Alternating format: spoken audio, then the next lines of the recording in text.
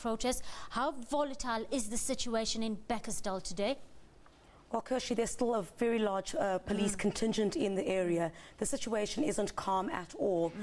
We left the area about 20 minutes ago and police were firing rubber bullets and basically firing water cannons to try and get several hundred people under control. They're saying they're fed up about promises that have been made by the Westonaria municipality that have not come to fruition. Residents basically saying that they're going to continue to take to the streets until someone yields, somebody at least from the provincial government addresses their demands. So the situation, they're still very volatile. Police have confirmed to us they're not sure how many people have been arrested as yet. They're still counting, but the situation there is still very tense. It should be the same going into this evening. It sounds as though residents are very tired of empty promises, Chriselda. Tell us more about their grievances at this point.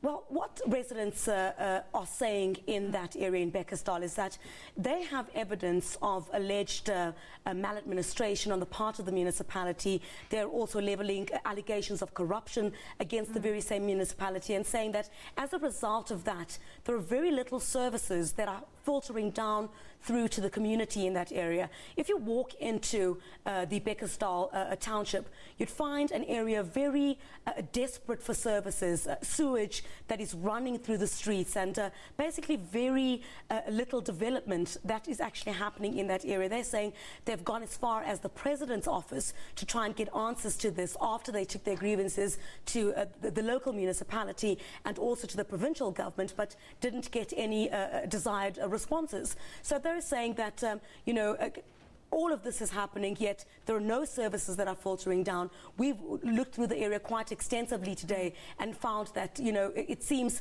there is some legitimacy to the concerns that are being raised by this community. A meeting today between the Human Settlements Ministry and residents themselves. What came out of that meeting? Do you have any feedback for us? Oh, yes, we, just as we left the Bekkersdal area, we had feedback from the Gauteng Department of Human Settlements, as well as from the community leaders who represented the community at that meeting. Well, the community is saying they're very grateful for the intervention by the provincial government, that they came to hear about their concerns, but they're saying that they're accusing the provincial government of only going there because they're saying the area is now burning.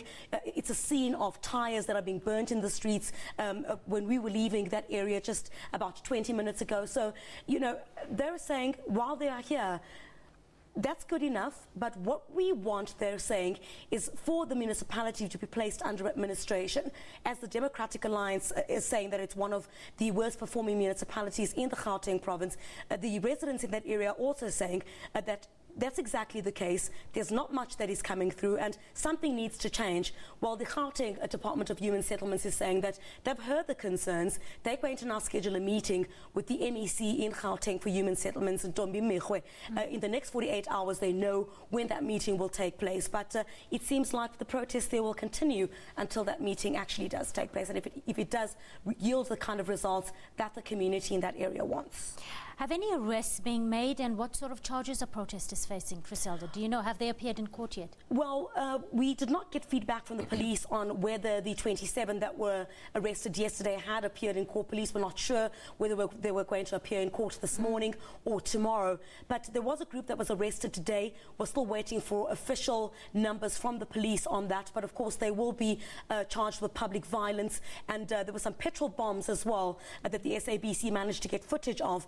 Homemade petrol bombs that the community had intended at throwing at the police nyalas, but every time they tried to do that, the police were quite on their toes as well in trying to move the crowd backwards. But quite scary scenes coming from Bekkersdal through this morning and this afternoon. Thank you, Chriselda. Well, moving on to other news, 2 former naval officers were repeatedly named at the hearing into the